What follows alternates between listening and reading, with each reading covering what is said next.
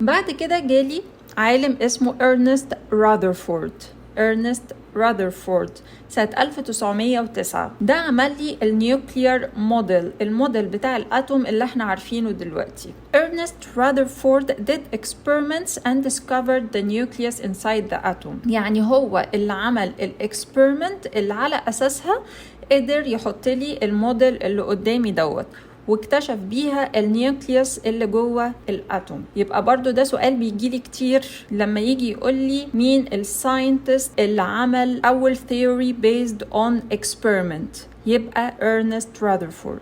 ومن المعلومات اللي عندي عن إرنست راذرفورد إن هو كان نيوزيلاند فيزيست، وكسب جايزة نوبل في الكيمستري سنة 1908، وعشان كده حطوا صورته على العملة اللي $100 اللي عنده في نيوزيلندا بسبب الإسهامات بتاعته في الاتوميك ستراكشر.